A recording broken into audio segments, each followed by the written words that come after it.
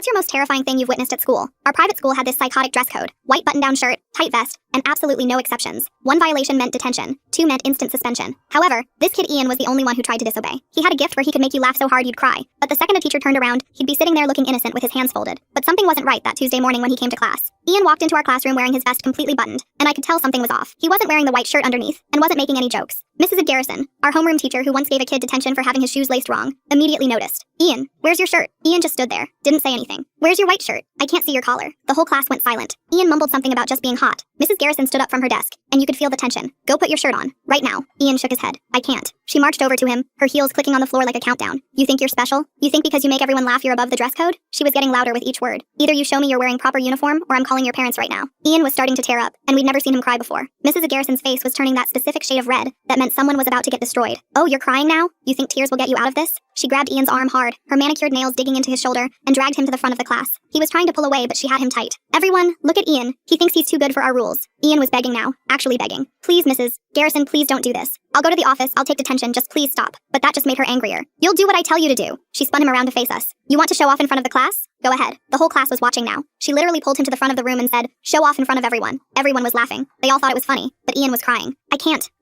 Please. You don't understand. Mrs. Garrison laughed, this cruel little laugh. Oh, I understand perfectly. You think you're special. You think the rules don't apply to you because you're funny. She turned to the class. You all think he's so hilarious, right? Let's see how funny he is now. She grabbed both of his shoulders. Last chance. Take it off or I'll take it off for you. Ian just stood there shaking, tears streaming down his face, and that's when Mrs. Garrison completely lost it. Fine. Mrs. Garrison yanked at his vest and Ian tried to twist away, but she had a death grip on the fabric. You want to act tough? You want to disrespect me in my own classroom? She pulled harder and I heard the fabric rip. Ian let out this sound I'll never forget, like a wounded animal. It was so obvious. Stop being so dramatic. She finally got the vest half off and Ian was fighting her. Really fighting, but she was determined. Look at him, class. This is what happens when you think you're above the rules. She gave one final yank and the vest came off completely. He was standing there without a shirt on. The entire class was dying laughing at him. They thought it was hilarious. They were all screaming and pointing while Ian looked traumatized. Then she goes, do a spin for everyone. Let them all see what you were trying to show them, then you can put it back on. She pushed his shoulder, and he started turning. And the second he turned to face away from the class, the entire room went dead silent. It was terrifying. Nobody moved. Nobody breathed. We all just stared, our brains trying to process what we were seeing. I looked at the girl next to me, and her mouth was hanging open. Oh my God, someone whispered. Mrs. Garrison was frozen, just standing there with her hand still on his shoulder, because Ian's entire back was completely covered in cuts and scars, old ones and new ones, some still red and swollen. It looked like someone had been whipping him for a long time. Mrs. Garrison's face went from red to white so fast I thought she might faint. Her hands were shaking as she grabbed his vest from the floor, trying to cover him, but she couldn't make her fingers work. She pulled Ian against her, wrapping her arms around him like she was trying to hide him from the world. She was terrified, and this scared us even more. She was trying to contain herself, but kept letting out these horrible, gasping sobs. Oh my God, sweetie. Oh my God. She half carried, half dragged him toward the door. We all sat in the classroom crying for him. The school launched a huge investigation that night. 47 documented injuries. They arrested his father that week for abuse, but weirdly, Ian never came back to school.